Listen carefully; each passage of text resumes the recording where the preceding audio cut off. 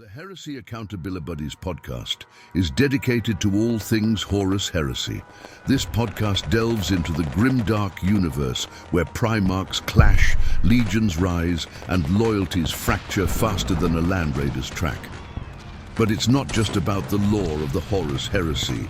The Accountabilibuddies also explore the gaming side of things, from painting and modeling tips to product reviews and ideas to help you in your hobby.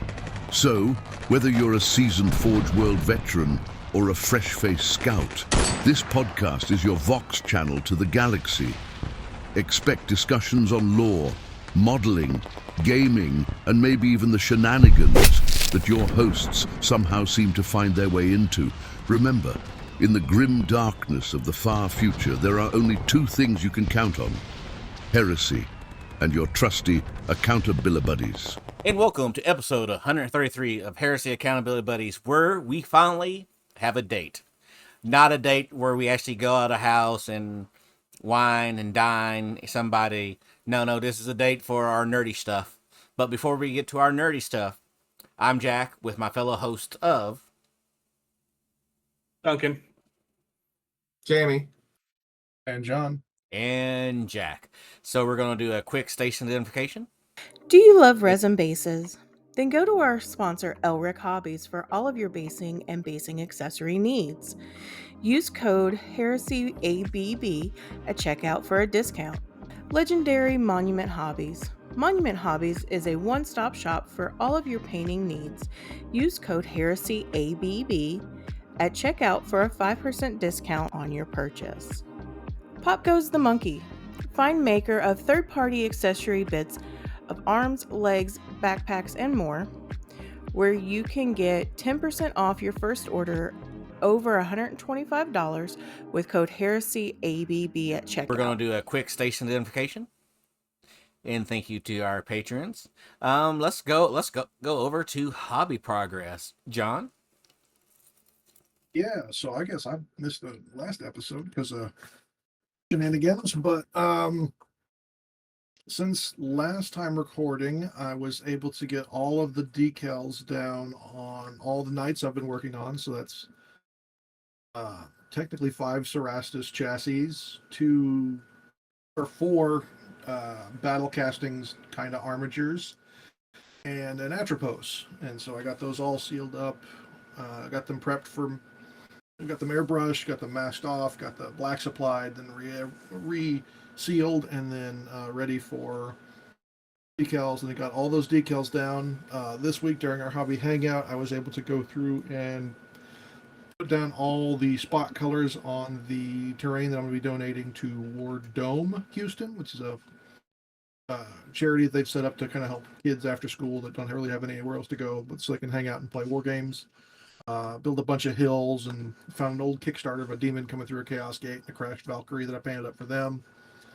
Got those airbrushed spot colors and then went in with a brush and did some things. Put that self-rusting paint that I like to use on the Chaos disc so it looks all old and kind of decrepit and things. And got those prepped for finishing up. And that's really all I've been doing. I've got some stuff that I guess talk about later when we're talking about events and things like that. I've been planning out the shop I go to game at, called Dallas Games Marathon in Plano, Texas. They're wanting to resurrect an old plan that they kind of had called Slay the Gray, which every few weeks they would meet up and do kind of like our Wednesday night hobby hangouts, but with a bunch of people doing a bunch of different things. And it kind of fell apart.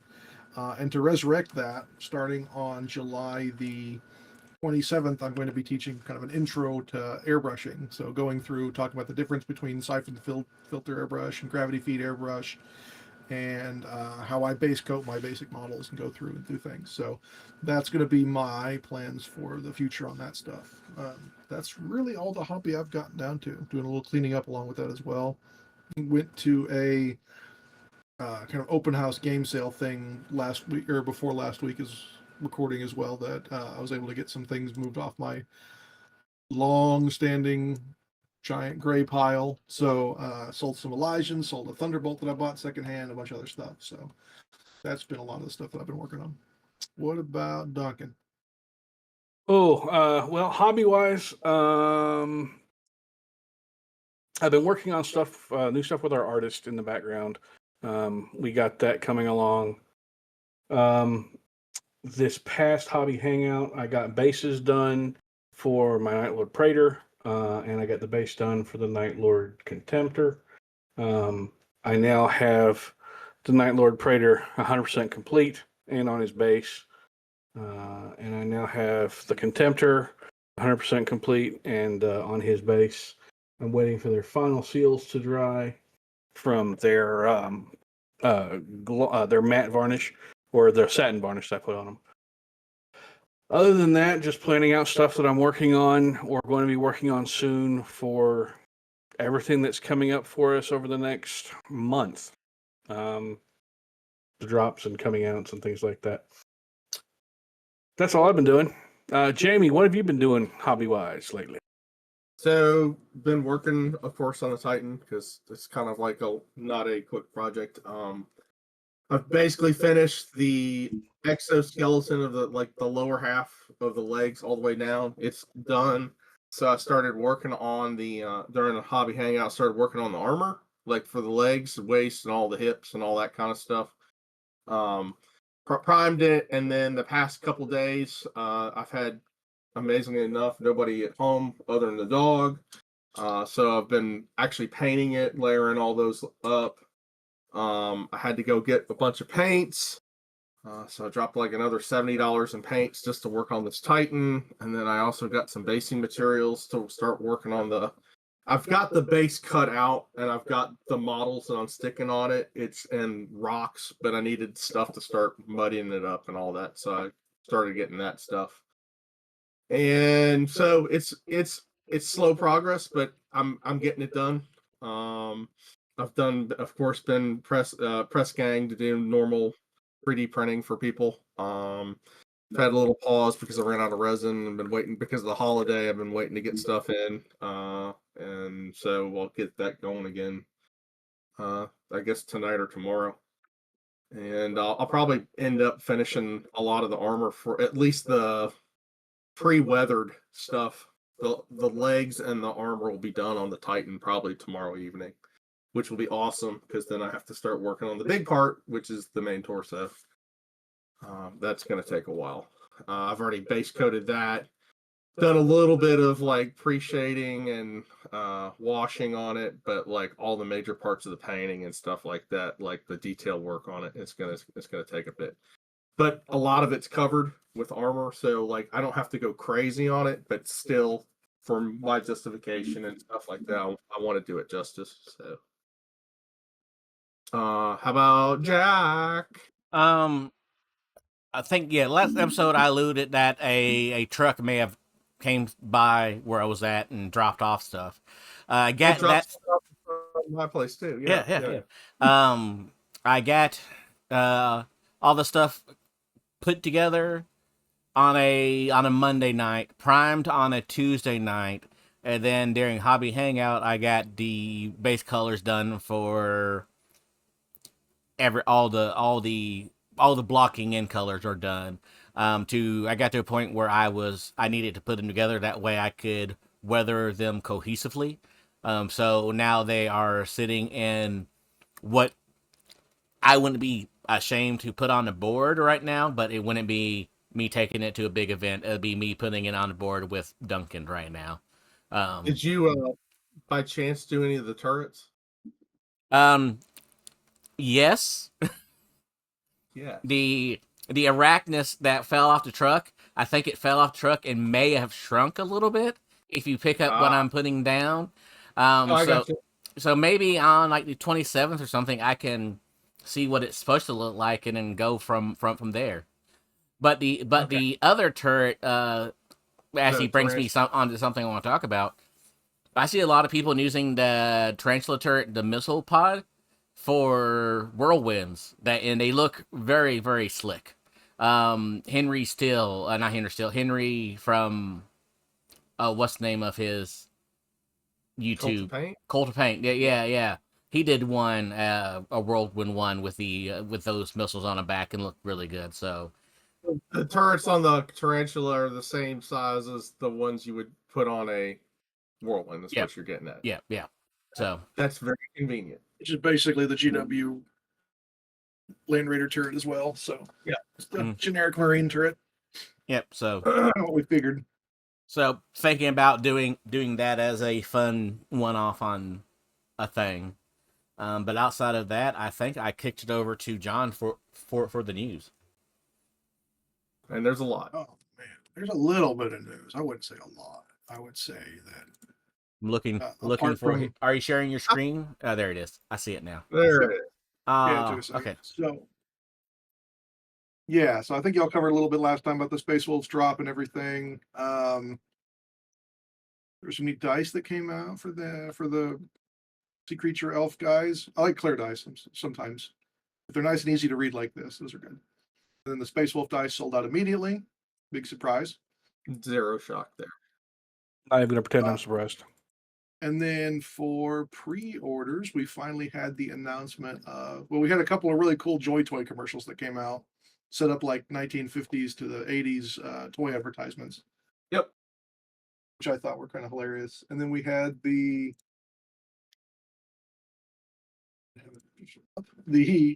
pre-orders for next week are going to be all Horus Heresy all the time.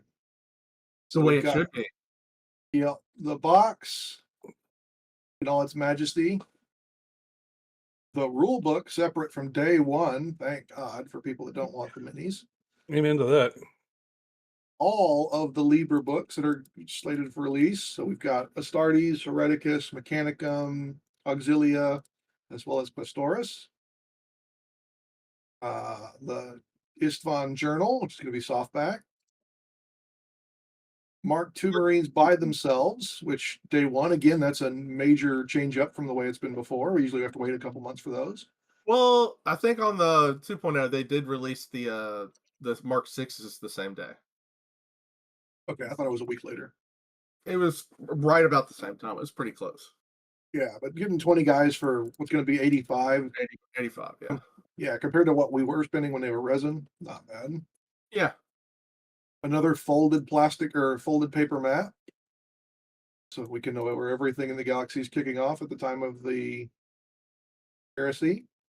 Into the Death Volume 2 in paperback. Another cloth map, this time for the last End of the Death Volume 3. This is the layout of the Vengeful Spirit. I've been waiting for this. Yeah, this is the last one, so definitely got to pick it up while you can. Yep. And then some random crap dropping onto Warhammer Plus.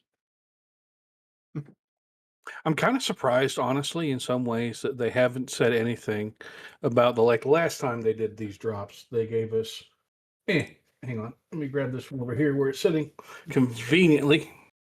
I got this little bitty coin in a pouch when they released that, which was the War Master's coin. Yep. So I'm wondering if they're going to do anything like that for the release when it finally hits the stores. I don't know. I kind of don't think they are because one, we haven't seen anything about it. Two, they shipped a crap ton of those to stores. In fact, so many that my game store was clearancing them for about $5 a piece in the end. Just because they just didn't have that many pre-orders, but they sold a ton of boxes, and a lot of people just didn't want the coin apparently. So I picked up a few for gaming events and stuff later. So I've still got a few of those kicking around. But I don't know. I haven't seen anything like that. We also haven't seen in a while their preview articles for like the next model giveaway in the store or spend $100 get a free coin. I haven't seen those articles come up in a while. I Right. haven't either. You think they would have thrown out like, hey, July is Heresy month, so get a free Mark II Marine and get a coin when you spend $100. Like, it's kind of odd that they've kind of stopped talking about that. Maybe they've discontinued that and didn't tell anybody about it. I don't know. It's a good question, though. As far as other major pre-orders, nothing. Nothing from Joy Toy, nothing from Starforged, apart from the ring last week. Nothing's really coming out. Did the Monument tube basing paints or whatever paste already come out, or are those still pre-order? I think that change up is still happening right now. Okay. Yeah, I think that's going on.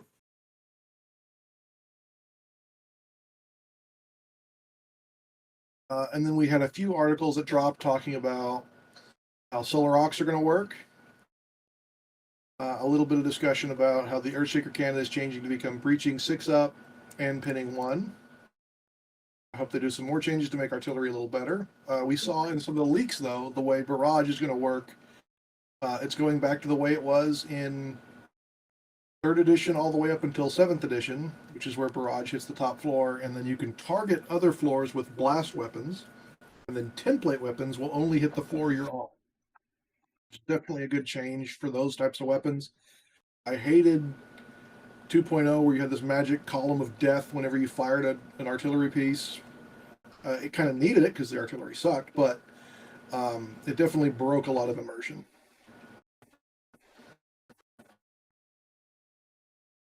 And there's mention here about. Oh, go ahead. I was going to say there's a little talk here about some of the way the doctrines work. So specifically, the command sections will unlock special bonuses to certain units. So all the units within that command section will get extra line rule. Auxiliary detachments can unlock by their corresponding command detachments. So you can take extra infantry tertios inside of Dracosans, or you can combine that with other tertios to lock combined armed forces. And there's a cohort doctrine bonus. This one says that all models with a special rule and cavalry type can control objectives. It's definitely unlocking a lot more things that we wanted to have happen in 2.0 that we were kind of seeing come about in the end, like the all Sentinel list and things like that. I see a lot of that stuff coming out in some of these articles, and it's giving me more hope for a lot of this stuff.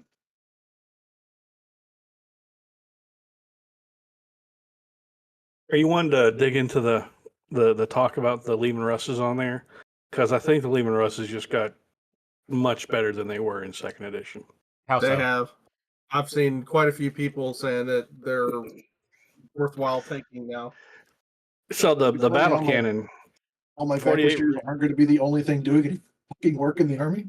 Yeah, so battle cannon, heavy, AP. So if you stay still and fire your, or if you count as stationary when you fire your battle cannon, that blast goes back to being AP3. So that's a strength 4 AP3, D2, pinning 1, blast 3.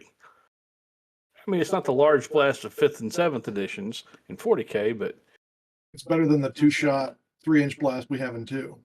yeah, much better. Much better. And it's still strength 8, so you're still doubling out regular Marines. So I don't think that's there anymore. yeah, no. I don't think it is either, but I definitely like this. It's definitely a good fix to the battle cannon. It was not killing Marines, which is what it always did. It'll be interesting to see the way heavy interplays with vehicles. If they're going to have another like heavy vehicle type, like Russ's are right now, where you can move them and shoot everything. They count as stationary. Are Russ's going to keep that? We don't know. But if I don't have, if I just don't move my Russes and I still get this bonus, I'm fine with it. If it makes it so that vanquishers aren't the only thing to take anymore. Yep. And the way mine are built, I can just kind of call them whatever I need to do some minor adjustments. Man, I've got, I think, 10 Lehman Russes over there that are still sitting from when I was playing 40K. Maybe I'll use them again someday. We'll see. Maybe I'll bring my guard out and have them as an allied attachment sometime. Who knows? Would they perhaps be an allied attachment for The knights? Look, Look, I'm going to straight up say this. I have no idea how to play Knights. I have no idea how to play Titans. I love the idea of a Titan guard being attached to Titans and doing stuff. And I like the fact that the Knights and Knight houses and stuff are all going to be attached with in the Titan book, or the Titans will be in the Knight book, or however the hell you're going to do it. Do I plan to assemble Knights? No, I've got so many Marine projects. I will say this article was interesting. So it sounds like they're keeping ranks and a few other things from the existing Knight book right Yep. now. So first you select the household paradigm, which is going to be where your knight houses are aligned. You're going to either be Imperial aligned or Mechanicum aligned or Trader aligned. Then you select the house hierarchy. So this is going to be where your knights are ranked. So right now, Lord Scion is a one-time choice rank upgrade that you can pay. It's like 85 points for, and it gives a bonus to knights. They can all react within a certain range. We don't know what that knight rank is going to unlock, other than the fact that it also gives you the ability to take a specific yeomanry Messany detachment. And so this is a detachment that goes in and lets you take units from the Sully Auxiliary or Imperialis Militia to fill in certain choices to ally alongside your knights. What's interesting here is that, I don't know if it's this one, I think it's this one down here. It mentions, we'll get to that one in a minute. It mentions specifically that these units change what selection they're part of to fill in these choices in the detachment itself. So that to me means we could probably have things like I was talking earlier, like the Justarin detachment, which is, just thinking of the blue, like spear tip, 3 Justarin squads, all teleporting into battle or something like that. You could see a lot of different changes coming along possibly with this. The other rank they discuss is the Preceptor, which right now gives knights the ability to shoot better. In this edition, it's going to give them Battlesmith 2. So you can take Intelligence 8 checks for your repair rolls instead of taking the once per turn roll on a 6-up. So your knights are going to be able to fight more often.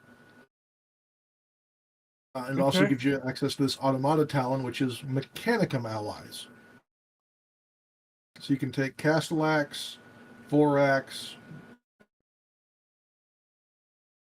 Voltarax as part of the allies detachments. Which that's awesome because I've got some of those just randomly because I thought they were cool models. Yeah. Your knights also have to take a knightly vow, and so this is going to be a vow per one. Each knight must take a vow, or can also select a vow. These will reward you with additional victory points if you fulfill their specific vow. And they're all pulling from the secondary mission objectives. So the one they give the example of is the vow of belligerence. If a model with this vow is part of the first combat of a battle in which the controlling player is declared the winner, the controlling player regains 2 extra victory points. So basically, they're taking the secondary objectives and giving them extra bonuses to the knights, depending on if they fulfill these things by that night. If you don't use that night to fulfill that victory objective, you cannot score it later.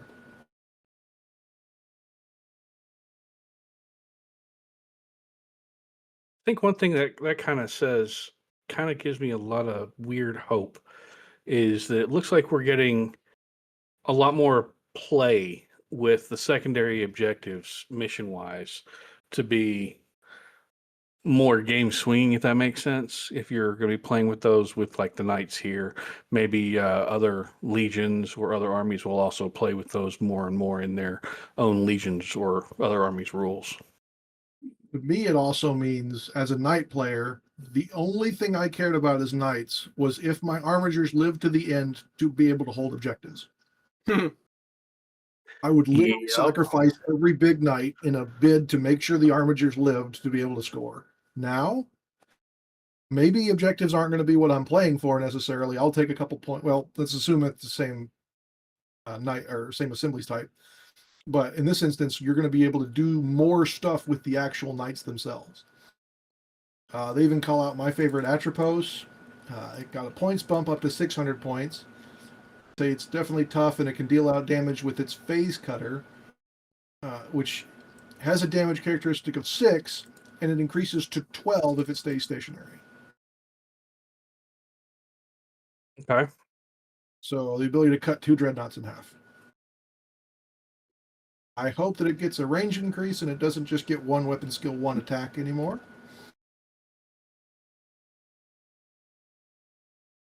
I don't know. It's weird. Then it calls out that Knight Questoris can be built to build out multiple different threats. And then it specifically calls out the Astraeus, which is what I'm building right now, as being fearsome and has conversion beamers, which we kind of already knew. But it's definitely an interesting build, an interesting article. As in, I'm hoping that they balance knights not just to bring allies.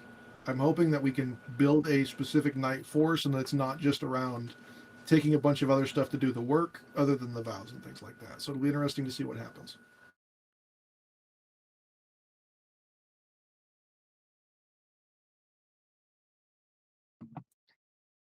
I'm just intrigued. I'm happy that you don't have to get sunk into the, feeling like masses of armigers to actually play a knight army, which at that point you're not really playing knights. You're playing, admech contemptors essentially. Yeah, that was always when people walked up to the army, they were like, "Oh my god, this is 7 armigers." I'm like, "Look, they're shitty dreadnoughts. Don't worry about it. Once you get into combat, you'll understand how bad they are." And yep, they were bad. Yep. The next focus article we got was on Mechanicum. And so this specifically calls out that once you select a high tech priest, the tech priest will unlock the different houses, I guess is probably the best way to say it, of types you can take. So you can take the Cybernetica, Myrmidax cult, Lacrimata cult, and Macrotech cult.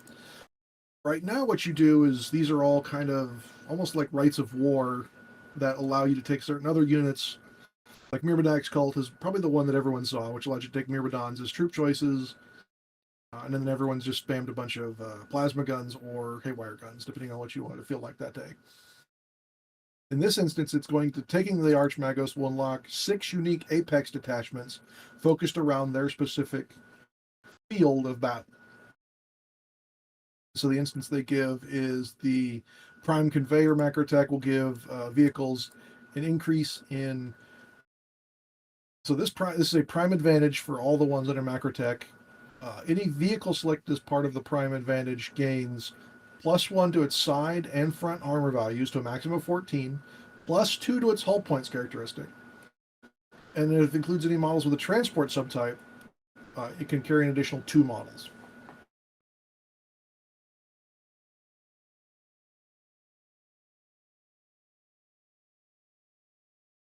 It's definitely going to make building armies a lot different.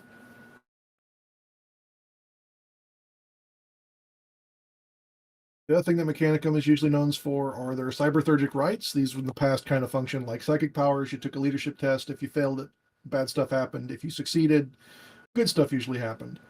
In this instance, it's going to be different checks depending on what you want to do. So we have Flesh Knit protocols, difficulty 2, range 12.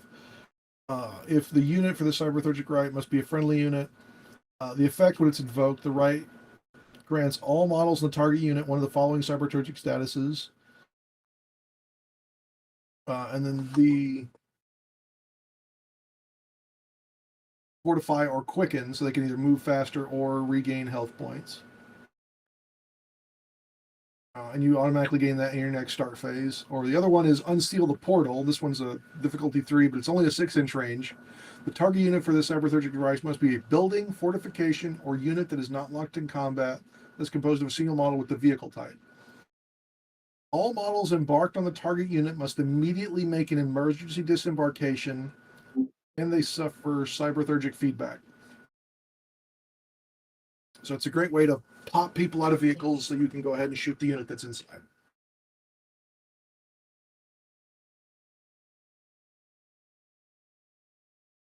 I questioned the range on that one, also with its being more difficult to pull off. But I could definitely see places where you'd want this to happen if you're about to get into a charge. You don't want to deal with the vehicle, you want to deal with the squishy bits inside.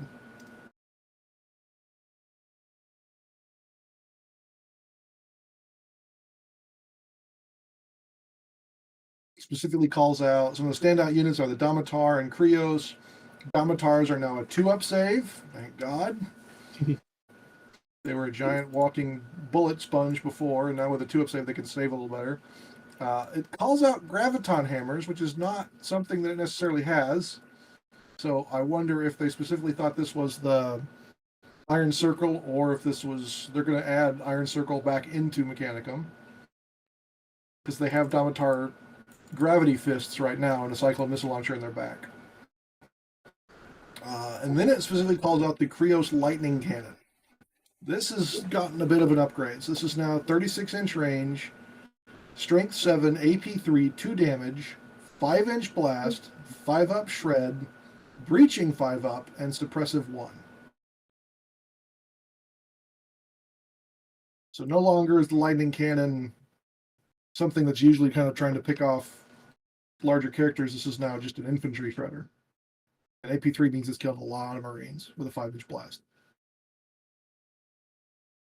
Yeah, that's going to be nasty. Yeah, I can see a lot more people taking Krios tanks over this lightning cannon over some of the other things that they've come out with, like the giant IRAD flamer and the pulsar, which was the vehicle buster. Okay, so one thing I'm gonna say, I've always liked the look of some Mechanicum stuff, but anytime I've sat down and tried to come up with stuff list-wise to make things make sense in my own head with Mechanicum, it's just been like, blah, nope, doesn't work. Some of this is making more sense. So maybe my brain's finally comprehending. Maybe I'm having a stroke. I don't know.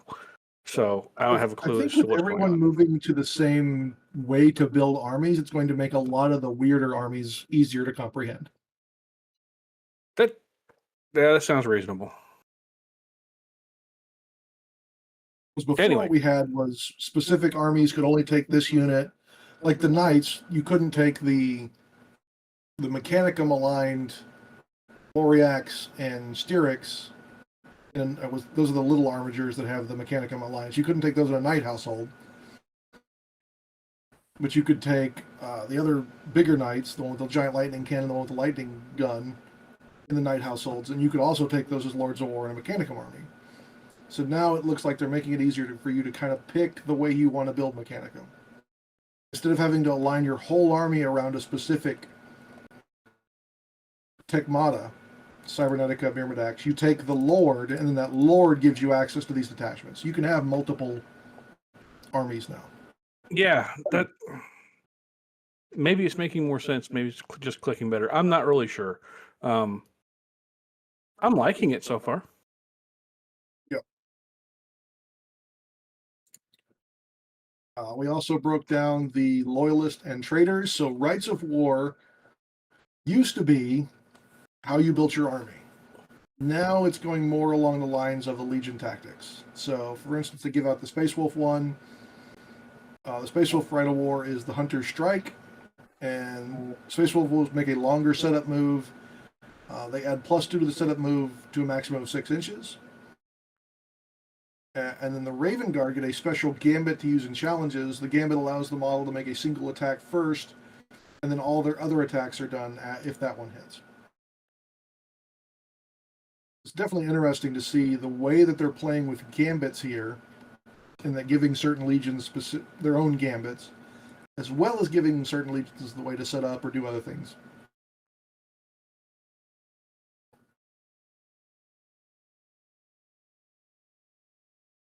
And this gambit even calls out that it can only be used once per challenge.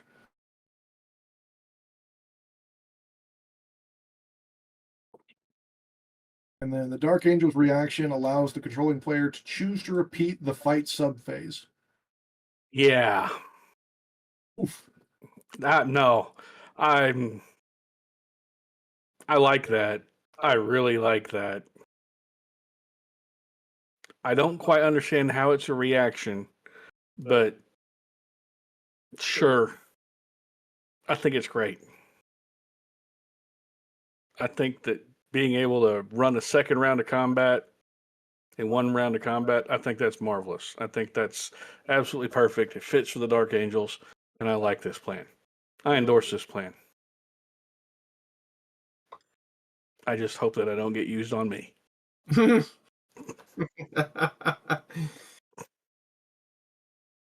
that'll hurt. Specifically calls out that Prime upgrades allow you to apply a Legion gloss over common units. So in this instance, it calls out Imperial Fist Castellan upgrade them to Centurions. That way you can make them a heavy weapons expert and a line officer.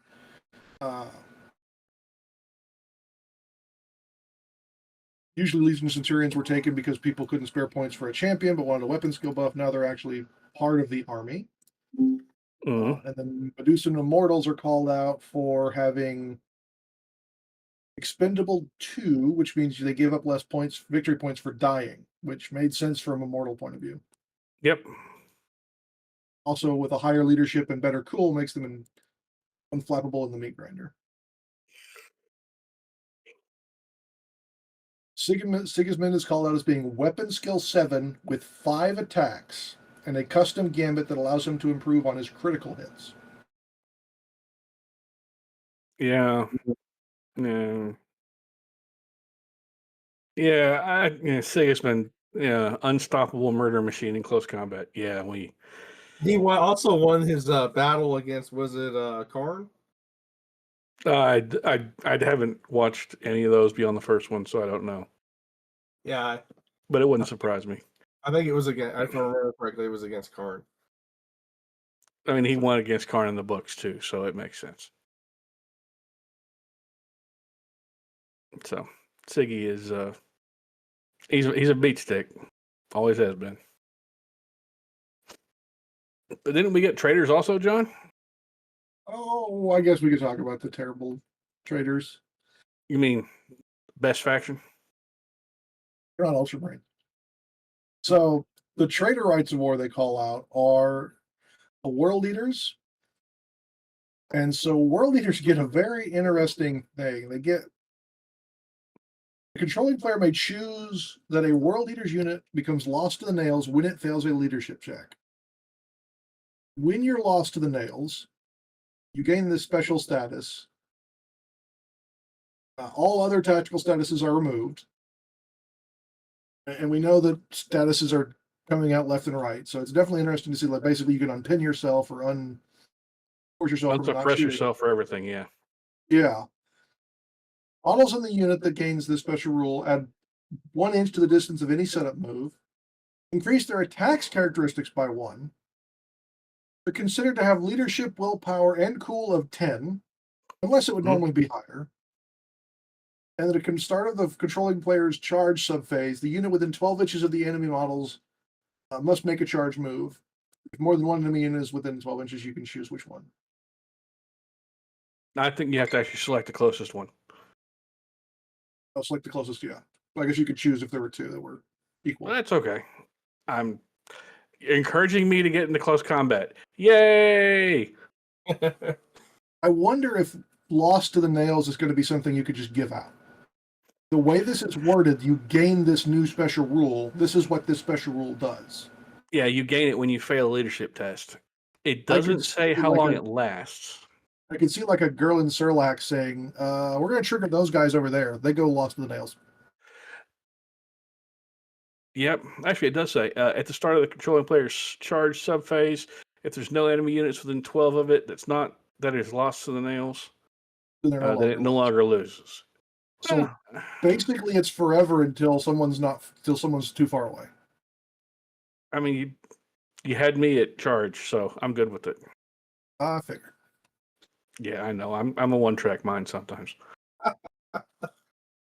And this one I think is the funniest one. The Iron Warrior's Gambit, the Breaker.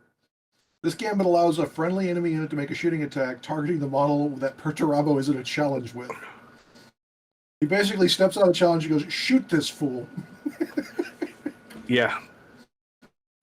Yeah, it's... He doesn't make any attacks, and any enemy or enemy-friendly unit within 12 inches of the enemy model in combat, not locked in combat, makes a shooting attack at this unit. The downside is they do it at snapshots. But it's hilarious. I could definitely see Perturabo being like, I don't have time for this shit. Shoot this guy.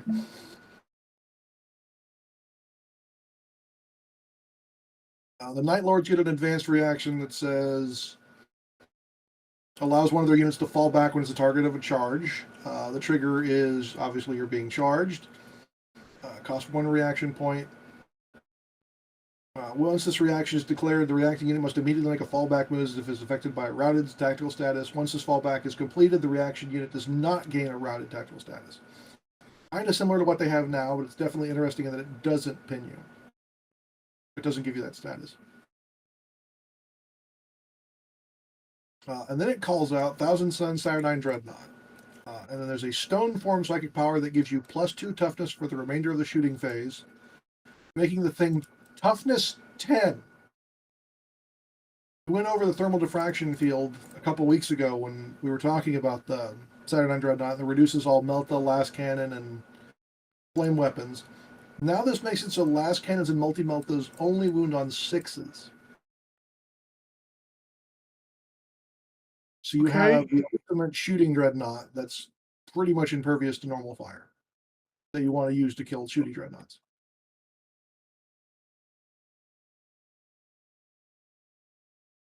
And the Nash and Circle, probably one of the prettiest models that survived the test of time.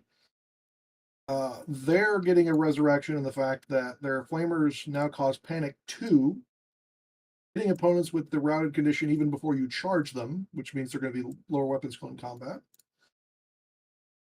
And they have Vanguard 3. So you're gaining 3 victory points if you rout someone off an objective. Yeah. Plus also gaining points from the objective if you yourself are then on it. Yep. Then their Axe Rakes cause Phage M, which is a new special rule, hampering their movement for the rest of the game. Yeah, so I'm not sure if that's units that are wounded, like have been reduced from 2 wounds to 1 or 3 to 2 or what have you, or units that have lost members. I'm not sure how that's going to work, but that's definitely, if it just counts for you to actually remove a model or remove wounds from the actual unit, not just from models in that unit, that's going to be a very interesting role to see play out. Yeah, I think Phage is going to be an interesting change to, what was that stupid rule that the Chaos, was it Warp Flame or what was it? You mean the one that reduced stats? It was like the unit's on fire. If you roll a 1, that they take X damage, or they take damage due to certain things, but if you roll a 6, the fire goes out. Oh, Warp Flame. Yep. Sorry, Soul Blaze. There it is. That's what it was. Soul Blaze. I had to remember that old YouTube video. Yeah, thanks, Jack, for sending me that years ago. Such a stupid rule.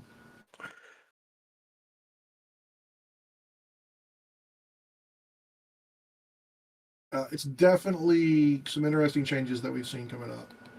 And then there was an article about a roadmap. So we see drops in July of, obviously we're getting Legacies of the Age of Darkness PDF in July, Talons of the Emperor Army list in July. August, supposedly we're getting the Militia list. September, we're getting Demons and Inductee rules. It's odd that they pushed Inductee back. It is. October, we're getting Black Shields. You don't have to wait until the second to last book before the edition changes before you get Army list now, guys. And Shattered Legions. But for all of us who love ZM, we're not getting that till November. So. Yeah, that one's a little interesting. I think they're trying to almost make it, probably going to make it its own game or release another journal that's specifically ZM based. That's what I'm wondering. That and there might also have releases to go with it, like a mini expansion. Yeah, like more terrain kits and things. Mm-hmm. Is this where we got that little picture that we had before? I think so. Someone had a photo of, let's see if I can find it in our chat.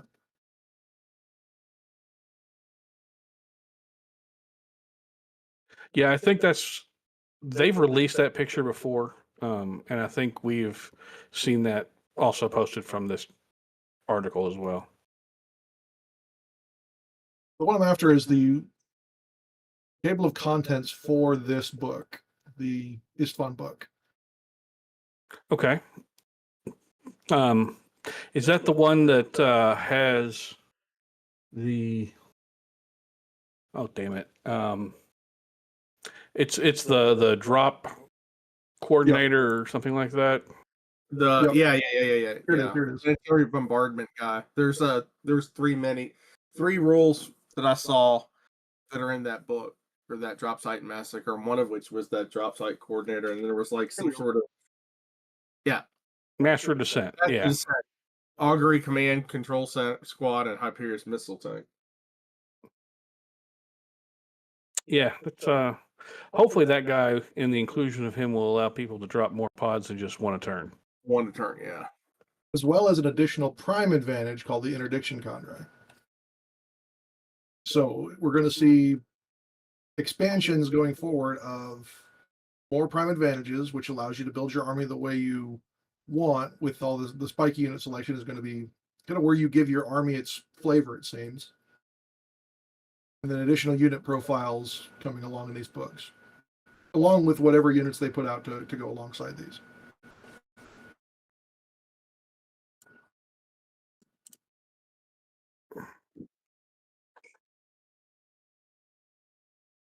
So, yeah, if that's the gist, they pretty much go with those little bitty PDF releases or softback book releases, and they keep those up on a regular basis. I see them really, really expanding the scope of the heresy a lot with that stuff.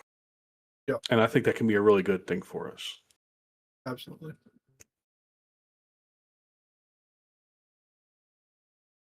What else we got? That's all the news. There's really been no other stuff coming out. They mentioned in one of these articles that Heresy Thursday is going to be dying again. Yep. There is a GW release video, whatever their release announcements coming up though in July too. Yeah, so July, was that the 18th? I think that's right. It has heresy in it. That was the main part. July 18th is going to be the big summer preview show.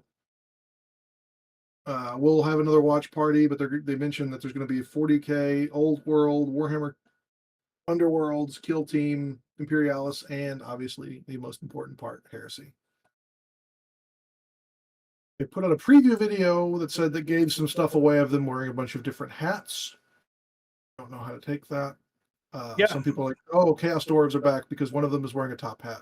And I'm like, all right.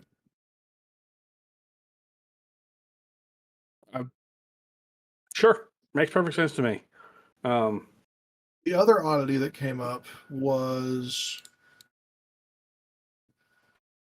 this is pulled from the Necromunda Necromunda Facebook group. It looks like GW has kind of started to pull down some of their older articles with some of the downloadable content. So if GW puts something up that you want to reference later, hard drives are cheap. Google Drive or whatever other online NAS solution you're using is free or a couple bucks a month. Always download the stuff as it comes up quickly. Because we don't know when GW is going to redesign their website and trash a whole bunch of articles, or in this instance, it came out after the change over to Warhammer Community, and they're just starting to trash articles. This one was the entire Sump C expansion that they never even put in print. It's just gone. No one knows where it is. And it's been uploaded to the Facebook group for people that did have it available. If you see something that you like the exemplary battles or whatever other heresy articles you want to save them now. Yeah, I would definitely agree about getting any and all of those exemplary battles that people want. There's fun fluff in there. There's fun rules in there. There's neat conversions that they've done in there. Get them. Missions. You don't have them. Yeah, the missions. Being able to convert that stuff to 3rd editions can be pretty easy. Yeah. There was also the announcement of Warhammer Heroes. So Warhammer Heroes is coming out with their 3rd line of... 4th. Isn't this the 4th? So we had Loyalist Marines, Terminators, Nurgle. Yeah, so this is the 4th line. This is all Dark Angel centered. You've got a Dark Angels character, and then a bunch of basic Marines, 2 Recon Marines, a Flamer guy, and then the question mark. He looks like he's in that Phobos armor, judging by the calf's and things like that. So it'll be interesting to see what comes out in those.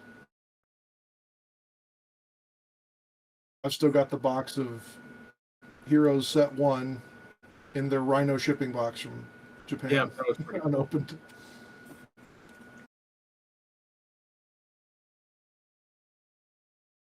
Usually GW stores get these about a month or 2 months after the official release. Okay. Yeah, aren't they usually released in Japan first because they're like all big on the blind pull thing, and then they kind of trickle out eventually to North America and other locations? Yep. Sounds about right. What else we got? Anything else? That is officially everything. Cool. Then turning that down, gentlemen, and I'm assuming that the news and hobby and everything is all out of the way. It's time for the big meat and potatoes for tonight. Officially today, the 6th of July, 2025, GW announced. The 6th of June? 6th of July, 2025, they have announced the release and preview and pre-order for 3rd edition Saturnine. We got from somewhere, and I don't know quite where, it's a price list that has been dropped. It's from the trades. Yeah, it's from the trades. I'll go ahead and share this for anyone who's possibly interested in seeing it. Share screen. Yeah, there we go. And it's there. Yay, it's there. So, anyway, Saturnine, the core game, US 315, Canadian 375, Saturnine in French. Yeah. US 315, Canadian 375. Basic rulebook, $70. The Libers for traders and loyalists is $65. The Tactica is $28. The other Libers are all $52. A Tactical Mark II squad is $85. Not sure if that's 20 dudes, but I think so. And the softback End in the Death is $16. So that's that. So it seems to me that I like that the Libers are a lot cheaper than normal books. Yeah. But it didn't mention anything about digital. That's one thing that's kind of a takeaway. A lot of people are talking about. So we're unlikely to be seeing these immediately come out in whatever version on drop. Who knows? Maybe they will, and they haven't announced those because they're not available in game stores. I don't know. But those are the prices that we're looking at for the basic box and the basic rule books, etc. I'm not saying they're worth it. I'm not saying they're not worth it.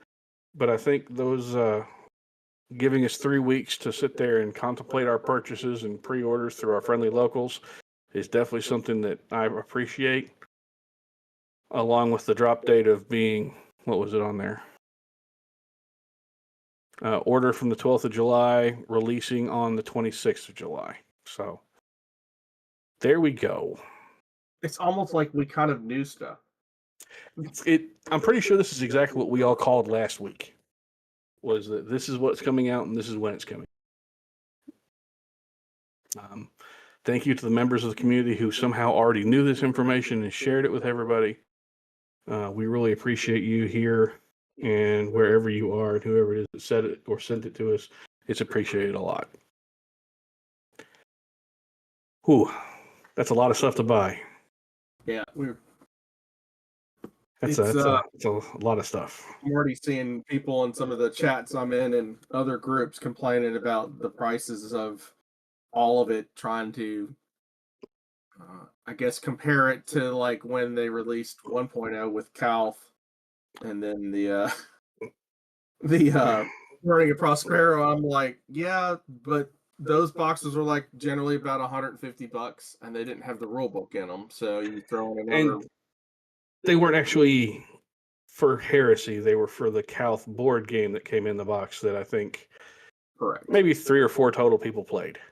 Right. I mean, I still have the tiles and the dice, but like, yeah, I don't. They're still in the packaging. Like, I never used them. I've still got 2 boxes of Calth and 1 of Prospero sitting over there. So I'm sure they'll end up getting used eventually. Yeah. But here we go. New edition finally dropping. What are you going to get? Jamie, what are you going to grab? It's a tough call. I thought I was going to get the box and probably the Heretic and the Loyalist books, and then the Warzone or whatever they're calling it, the Battle Tome thingy. Yeah. I kind of want to get the Knights one, but I think just with how much I would actually use it, I probably will wait till it goes digital, to be honest with you. Okay. I mean, I want it because I have Knights and Titans, but I just don't think I would use it as much as I would use the Loyalists and Trader books.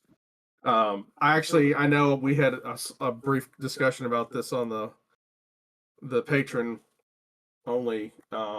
I actually use my books a lot more than I do my phones, mainly because I have such bad eyesight at this point that it's easier for me to read the books than it is to read off like my phone. Even though you can enlarge and scroll, it's just, I find them a little bit easier to read for me. I know they're heavier and harder to transport. I get it, but that's just me. I find flipping pages a lot easier in a physical when you're having to do multiple rules or. Yep, I agree. So I mean, I thought about maybe just getting like 2 boxes of the Mark IIs and the rule books, but I generally what I do nowadays is I'll get like one of a kit, just that I have because I always I'll build it and use it as a reference building other kits, if that makes any sense. Yeah. Just knowing how to put stuff together. Especially like, it seems like a lot of the kits are kind of based off a core kit and then branch out from that. So like the Land Raiders, the Rhinos and all that, I'll buy at least one of the base one, and just to figure out how to build them and figure out like how to build other stuff off of it. So I'll probably just do the box and the 2 and those books that I listed. But I won't get the Solar Ox one and just because I'd never use it at this point. I'll just wait for digital whenever they happen. Jack? Getting 1 box and probably the Loyalist Liber. Because I went whole hog and bought Loyalist Libers and Custody Libers and Titan Libers and Libers of Libers. And basically got no use out of them. So yeah. Just getting what I'm going to use. Being an issue. I mean, like, how much do you really need all 5 books? How much are you going to read all 5 books or use it? That's kind of where I'm at. Like, what books would I actually use a lot? So, No, not unreasonable. I myself have a Loyalist Liber that, as I've mentioned before, and Jack has laughed at, is still wrapped in plastic for when I first purchased it. So yeah. It's a hard thing of balancing what you're actually going to use versus buying stuff to support your local game store. Like, I feel like I'm doing a disservice if I don't mention that. Like I want to buy more, but it's just I'm just throwing money away at that because it won't be used. I want to support my local game store and I'm going to buy everything from there. But also I have to be realistic, and I'm not going to use anything above what I said I was getting for the most part. The other thing I guess we also weigh in on too with all this, especially with the number of books, is that it appears that Heresy's going to a 3-year rules rotation. Is that what we can talk about that in a minute. Okay.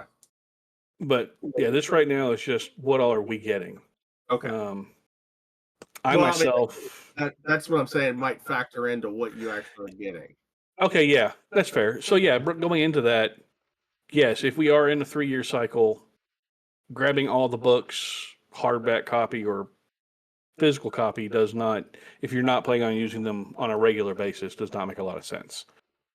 I'm not going to say don't, because I'm sure there's going to be fluff. I'm sure there's going to be gorgeous art pictures in there. But if you don't think you're going to use it, there's no reason to purchase it. Yeah. Unless you just like collecting. Yeah, which is absolutely fair. A lot of people do. Yes. I myself, I'm going to get 2 of the boxes and the Trader Lever, because I know I'm going to use the Trader Lever. I know I'm going to use the rule book. I'm going to give the second box to my daughter. I'm going to give away a rule. We're going to give away one of those 2 rule books. And yeah, that's. Oh, and I'm getting the Istvan book thingamadiggle, the softback version thing. I'm getting that because I want it. John, what are you going to get? So I'm definitely getting the box. I was thinking about 2, but I just don't see me. I still have, like y'all, I have a still sealed Calth and a nearly sealed Prospero and some other stuff. I just don't see me doing that many Mark II Marines out of the gate, since I still have a lot of Mark VI and Mark III unbuilt. I think the Libra Astartes is probably good for my Ultramarines. And then I don't know the way I'm going to take Cobra right now, whether or not Militia will be a decent list, like they're not now, or if they're going to stay Solar Auxilia. I'm going to get the Solar Auxilia book just as I can start kind of brushing up on that. Before, when Solar Auxilia came out, I didn't really know how to take it and ended up having to build a bunch more stuff to take it that way. But I'm going to go ahead and just get that book just in case. And then the Mechanicum book, I've got a lot of Myrmidax and a lot of plastic Mechanicum that has come out from my FLGS and some other stuff.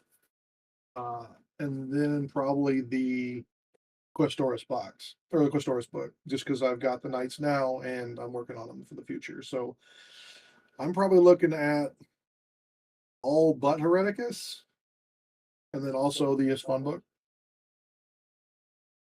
Okay. So it'll be interesting. I don't know what everyone out there in the community is getting. I hope everyone chooses to chip in and get whatever they want. I hope it's working out for everybody, and I hope everyone gets what they like. I'm definitely looking forward to the release schedule that they've talked about. Putting the Mark II guys into jump armor. I'm definitely liking that idea. I definitely see myself getting a lot more of the stuff that they've announced coming down the pipeline, not on release day, but the stuff that's coming out. Plastic Fellblade. I got 2 of the Mechanica, or 2 of the Gravity and Heavy Bolter Rapier sets, and I haven't touched them because I don't know if I want to use those parts for building characters that I might need, or Tech Marines that I might need, or if I just want to use different characters that I have right now as gun crew. So it's kind of a toss-up. That's fair. Is now a good time to talk about what we're planning on doing post third as far as getting our armies ready? Yeah, it'd be a great time for it.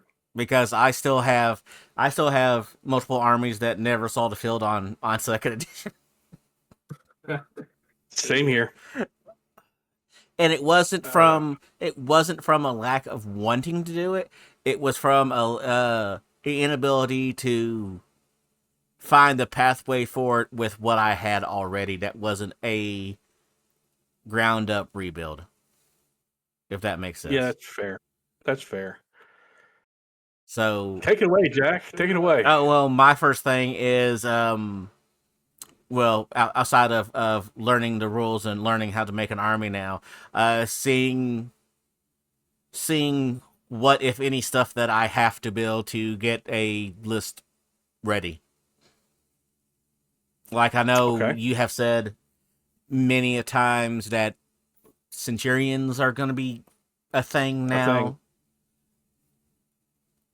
Yeah, whatever. I have a ton of HQ models, so I feel fine with that. It's just a lot of learning it and then dusting it off for when you come over for our first game. What about you, That's one Jamie? thing What? I'm sorry, Duncan. Go ahead. I was gonna say that's one thing that I'm actually kind of needing to work on myself is characters, because I don't have a lot of extra characters in my armies. So that said, that may be changing very soon. I've got 2 world leaders characters that are currently in process of next thing to do. But I guess the biggest thing would be, what are these characters going to be rocking? Wonderful question. Because have we seen what like a default? We haven't seen anything from the Libras yet, so they could literally throw a wrench in it, and like the default Centurion could be rocking a power sword and a plasma pistol. Destroyer pistol, since they're pushing the destroyer weapons now. Like that could be the default layout.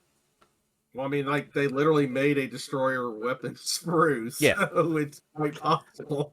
It's very possible we might not have a lot of variety regarding weapons. Mm-hmm. And in that case, this Praetor I just built with a Paragon Blade and a Thunderhammer may be absolutely useless, except for just looking at him and saying, "Oh, that's neat." And these 2 characters I've got sitting here who both currently have a Thunderhammer, I can pop those Thunderhammers off them if need be, and I don't know. There's no idea as to what they're going to do weapons. Yeah. So sitting here thinking about it now, since I had to go first, I think this making sure that my HQ units have the correct weapons, because I have a lot of random stuff, so I feel good about 1 or 2, but ballpark, how many HQ people you think you're going to need in like a 3,000 point list? Duncan, just give me a number, because I still don't understand it. So obviously this is points agnostic, because we don't know what points are. We don't know what loadouts are going to be. I would say between 3 and 4 would be safe. 1 for your high command HQ, your Praetor. 1 generic Centurion to fit in that prime slot to unlock other stuff.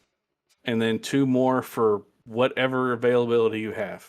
Okay. So 3 to 4. Yeah, I mean, like generally, maybe like 1,000 or 750. I would say maybe points wise. Math says if you divide 3,000 by 750, you're coming up to 4. So depending on how it works, 3 to 4, depending on either 1 per 1K or per 750. So right there, since I get in books, making sure I have 4 HQ choices. That's the first thing. Yep. So that's your first thing. Most of the, I mean, it's not most people don't necessarily do it, but I know on the past couple Toys for Tots armies that I've built out, that I usually include like 1 HQ per 3,000 points, if not more. Like I'll have extras that you could swap in or out. So for me, it won't be that much of a change, like to include that in my armies, which already have generally enough, but I went and filled out the rest of like the HQ and console types that I didn't have. I just ordered or I'm building out. So I don't really need troops at this point at all. My Night Lords I might, but I'm kind of in a wait and hold mode with like before I do anything like crazy, like just build out, because I just don't know where I want to go with that. But like my Dark Angels, I've literally, was a kid in a candy store and like was building at least 1, if not 3 of every unit in the book, basically, that was available. So my Dark Angels are good. I'm just flushing stuff out, but like the Night Lords will be like a total rebuild, and then the Knights, I mean, like with the changes they announced in this week, like it puts them back into use availability. It's just, how do I need to build out the rest of it if I'm not doing like 12 armigers or something like crazy? Like not having, if that's true, because that's part of the reason why the Knights never saw the table in second edition. Like I don't feel like buying and putting together however many armigers. Like that just defeated the purpose or my idea of having a knight army. Exactly. I mean, I could understand a couple of them, but like the two per one, like normal or big knight, and you had to basically you'd throw the big knights into the fire to keep the armigers alive because the armigers were the only thing that scored. So like you're trying to hide the armigers and sacrificing the big knights, which is just kind of like no offense, ass backwards to me, but I figured it to go the other way around. But I mean, yeah, that will put those back in the kind of play for the possibility of doing at least a smaller, or well, not smaller, but a sub army of that. But I mean, I've already got a lot of the big knights built out, so that won't be a whole big change for me. It'll be like the allied or attachments that go with it that I would have to really build out for them, which I have some of that already done. But I mean, mainly the stuff that I will need to go forward would be like anything new, and then which I'd be no rush to do all the Saturnine stuff, just because when I used to play 40K, I was really big in the Terminators, so like I actually had built and painted like almost 100 Dark Deathwing Terminators at one time, like. No joke. I had I had a Pack Max with all my Terminators in it, Land Raiders, Dreadnoughts, and a Thunderhawk. That was it. That was my whole army. Just roll in, unload the Pack Max. People are just like, good God. And this is before 3D printers or anything like that. So I've still got my 100 painted 40K Terminators. Remember, I deployed them all in one Apocalypse game and made 3 grown men just leave the table because there's nothing they could do about it. Yep. So I'm not like going to go hard into all the Saturnine stuff because, to be honest with you, I may actually save the Saturnine stuff from the box for a new army. Same thing with the Mark IIs. I've already got so many Mark IIs and 3s in my Dark Angels. Like, don't really need more. You know what I'm saying? So they may be reserved for to start like an all new army, which I've kind of been toying between like Iron Warriors and Alpha Legion for a while, like going back and forth. I know y'all don't. Duncan's like, yay, Iron Warriors, but yeah, I know. I don't know. And my son kind of wants to start an army, and he's wanted to do Alpha Legion. It's just a matter of time, and like he's only 12, and like. I don't know if he has the patience to go through with actually doing it. You know what I'm saying? It always comes down to Dad doing it anyway. Yeah, it'll come down to me painting it, which wouldn't be out of the norm. Painting Marine armies for some reason, but yeah. What a shock! What a shock! But my first goal is to finish up the Titan with like the Titan Guard that I have that are going to go on the base. So, which makes sense. I'll go next. So. My World Eaters I've got Karn, I've got Angron, I've got a generic Praetor, and I've got something that stands in for Delvaris. I've also got a Bike Praetor and a Chaplain.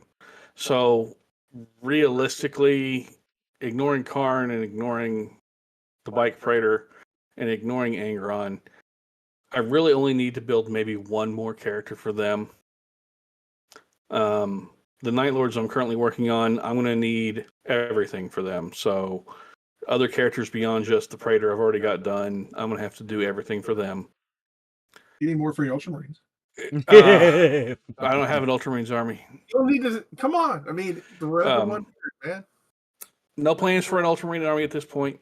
My son's a Horus.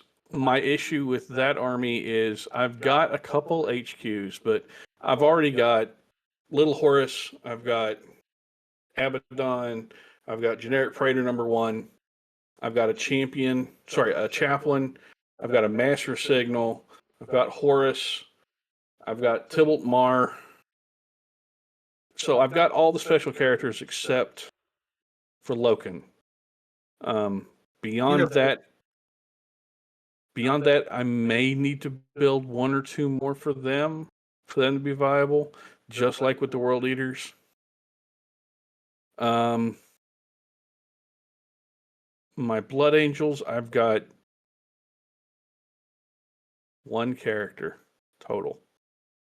So that's my Praetor. For me to have anything else in there, I'm gonna have to do more stuff with them. My Iron Warriors are kind of the same. I've got a generic guy who I did as a stand-in for Keir Valen, and I don't have any other characters there. So to make the Iron Warriors operational, I will have to do more characters and honestly more units, because the old ones are, a lot of them are on the old style bases, the 25 mil, because I never updated them. I never did the bigger bases for them. So on the back burner is redoing that entire eventually, but I'm not to that point yet. So that's kind of where I am. No matter what, I'm going to be doing characters all year long. And John, we know you don't have to do anything, so. That's just Ultramarines. There'll be Ultramarines. Okay, surprise. This is absolute shock, sir. Now I don't have a dog in the Ultramarine fight, but I'm trying to figure out how to make a close combat theory for an Ultramarines army on how that would work. Do you all have any suggestions on how to build a close combat Ultramarines army? Well, since we don't have the books right now, nor know what points or anything else, no. Oh, good. I feel so much better about that. Yeah. That can just go right out of my head then. I don't have to worry about anything about it. Thanks, Jack. Yep.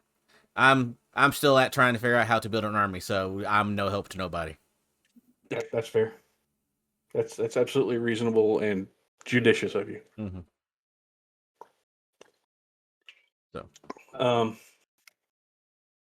So what was your other big news for tonight? Or is that it? I think that's it. Okay. Just the official pre-orders are going up next weekend, and everything will be officially in hands or shipping on the 26th. So there we go. I think it's it. Oh, official re-announcement for those who may have somehow missed it. We are giving away a Saturnine box set. We're giving away a set of free resin bases for the Saturnine box set, a complete set from Elric's Hobbies, one of our primary sponsors and good friends of the cast. For anyone who is listening and wishes to get into this drawing, that is absolutely 100% free for you to enter. You can come to our Discord. You can put the code word into our Discord's contest channel and join a list of entrants there. You can put your name into one of our YouTube videos that you can find on YouTube under the Heresy Accountabilibuddies Podcast. And you can put as a comment the secret code word that we'll say here in a little bit on there. You can also send it in the Facebook group. Put it on one of our posts for one of the episodes when Jack posts the link to the YouTube video. You can put it there. And if you're a paying patron for the time that the drawing goes on, or you become one during the time that the drawing is going on, you get one additional free entry. John, what's the code word? You made it up last time. Didn't we have one last week? Nope, we're doing the same code word the whole month long. One code word. It's War Master. Only one code word, War Master, to represent the real reason that we all play the Horus Heresy is Horus. So, Best Legion, of course. We all appreciate that. And everybody loves Horus, who is the reason for the heresy. Are you fucking high? Nope. I mean, Sons of Horus, Best Legion, he wouldn't have been named War Master otherwise. That's provable. Mute. And Duncan has been muted, as you can see from the video podcast, so we can no longer hear his nonsensical natures, because I think he has been abducted by an alien and he's getting anal probed, and that's like his safety word, but the alien is not listening right now. So let's see if we can unground Duncan real fast and see what he says. Duncan, are you better, buddy? Code word is War Master. There we go. Put that in our contest channel or any of those places I told you, and you'll get entered into the drawing for the complete Saturnine set and the basis for such. Also, we have 2 other contests running right now. John, what is the contest you are running, sir? Is that the 2-week hobby challenge? That is the 2-week hobby challenge. Yeah, so right now we're running the 2-week hobby challenge. Submissions were due by the 29th, and everything has to be completed by the 13th.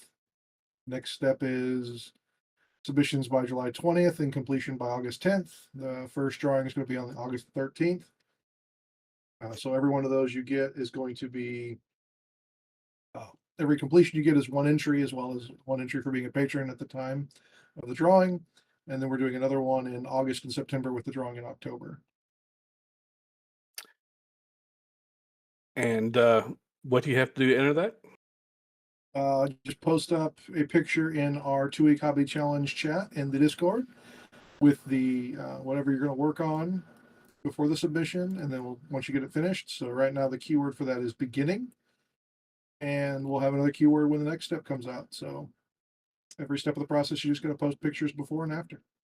Sounds It doesn't good. have to be a lot of work. It doesn't have to be great work, but it just has to be work. Sounds good. And the other contest we're running is for a ticket for free admission and event registration for Warzone Houston, down in Texas. That contest is going to run through the entire of July.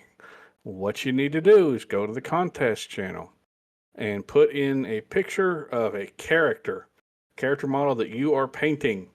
Has to have a piece of paper with your name on it, the date on it, and the model you're painting. And you put it in there with your entry. And we will have final submissions at the end of August or at the end of July for the drawing to be done in August. That's that. Now, if you're one of those miraculous people who gets one of them and gets a Saturnine character somehow on the 26th, posts it, and then hammers on through and gets it done by the end of July, man, more power to you. We're proud of you, and we love all the hobby and respect for it. But I know a lot of people take a lot of time to work on characters because they want them to be just right. So however you want to do it, it's up to you. Beyond that, we still have our regular hobby hangout every Wednesday night in the hobby hangout Discord channel in our podcast Discord. We welcome and look forward to seeing people there. Hopefully you'll join, come in, hang out, spend some time with people. The end. Anybody else got anything else? ATC's next weekend, I believe. Ooh, ATC? ATC and Chattanooga, correct? I believe so, yes.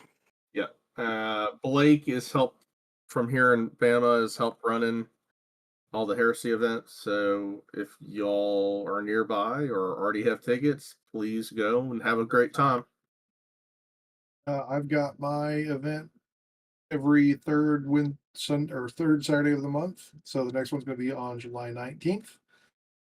That'll be our goodbye to second edition game. And then we'll be scheduling some intro to third edition games coming in July and August. Sounds good. Those will be at Dallas Games Marathon in Plano, Texas. Also sounds good. Oh, I should mention also that the Saturnine giveaway ends on the 27th. Entries on that will be accepted up until recording time on the 27th.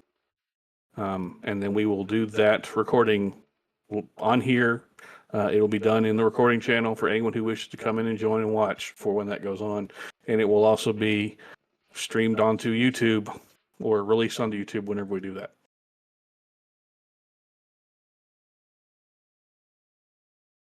Also, Music City Heresy is going on this year. They're back.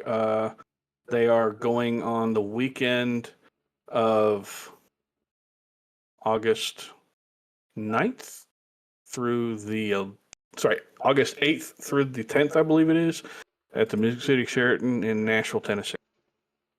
Good group of dudes. Show them some love. Show up. Support them if you can. 8th to the 10th? That's all. Somewhere around there. There's too much crap going on in August. Yeah. Yeah, there's a lot of stuff going on there. So, hey, Heresy lives. That's all that matters, right? Mm. Yep.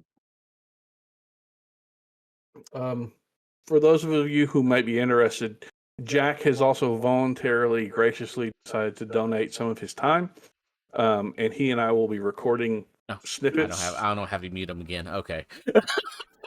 He and I will be recording snippets of gameplay when the game drops to walk through the movement phase, the shooting phase, the hand-to-hand combat phase if I can survive in my charge to get to him, and so on and so forth. So those will be coming out. YouTube? Yep, YouTube. Whatever. Yep, yeah, well, YouTube, so it can be a visual meeting. That way you can, they can read it on their own. That way they can get it that way. They can hear you talk about it because I know I won't understand it. And then they can see it in actuality. So that will cover the three main way people will learn. Okay, there we go. And then we will also give reviews of such on the 27th episode. Yep, and obviously we're going to keep talking about it for a while. Mm-hmm. Yeah, and I can give thought process on what I think of the new Saturnine Dreadnoughts, Dreadnought, and then Saturnine Marines, because they will be ready for that. Along with, you need to leave room in your list for an Arachne, Duncan. I may need to leave room in my list for an Arachne. Yeah, like you will have to leave room in your list for an Arachne. That way. Well, considering I'm planning on bringing the Sons of Horus along with whatever I have over to your place on the 26th, so we can do this recording. I'll just have the whole pile of stuff I may need, and we'll figure it out from there. Well, the Arachnus will be printed and ready for you here, so you don't have to worry about that. Oh, I mean, paint it, not print it. Paint it. Who said print it? Yeah, paint it. Paint it. Yeah. P words are hard. Yes. Speaking we'll of also P try words to walk that are hard, through maybe list construction. Oh, definitely. As part of the video. Mm-hmm. That can be its own little separate video that we film in front of my computer as you desperately try to explain this to me in a way that I understand, because I still don't get it. Like, I understand the base process of it, but until I see what qualifies as what, if that makes sense. It does. Yeah. I'm also going to give a shout out to May Gelt with New Recruit, formerly did all the Battlescribe stuff. From what I understand, he and Noah and a couple others there's stuff going on in the background with New Recruit to be able to make Heresy work with it again once the actual edition drops. So I know they're doing prep work. I know they're doing some work. So shout out to you guys. Without you doing that, I know everything would be more difficult for large chunks of the community. And I, for one, appreciate the absolute shit out of everything you do to help. Their iPhone app just launched. Yeah, it absolutely did. Well, maybe if people get an Android, they would have had it for a long time. All I'm saying. There is that too. Because I've had the app for a while now. Same. Are you did you pay for a year on the app? When I was going to do it, and then third got dropped, so I'm waiting until third drops. That way, that's fair. Because I went, I'm not making lists right now. Actually, during this show, I went through my computer and deleted a bunch of lists that I had saved onto the computer. Because that's fair. Don't need them. You're not going to need them. Yeah. Yep, I get it. I'm going to keep mine until third drops, and then I'll have a ceremonial deleting of all my old lists and cry. Yep. But I think that takes us to the end of the show, unless anybody has anything else. I don't think I got anything else. Jamie, John? I know, like, still here working in on Alabama. pricing. Go ahead, John. I was going to say, still working on pricing for my event in January. It'll be the third weekend in January. It's a 3-day event, the 16th, 17th, and 18th. But we'll have more information coming soon. That'll also be at Doskins Marathon with old Adepticon booze rules. Cool. Jamie? I know here in Bama, a lot of the Blake and Christopher are gonna try and run like introductory 30K the 30K classes for the new edition. They're gonna be having stuff at multiple different venues throughout the state to try and get some new blood in and to also work through the rules with, live players and stuff like that, just to figure it out.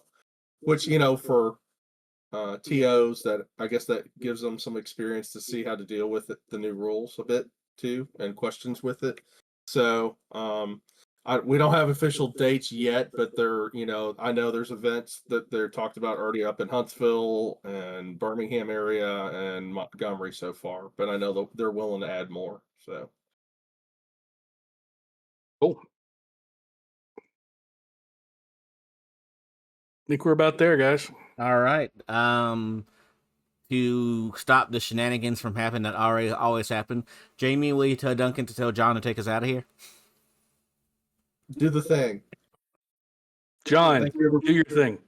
Thank you, everybody, for joining us on this, because we forgot to say it earlier, the 134th episode of the Heresy Accountability Buddies podcast.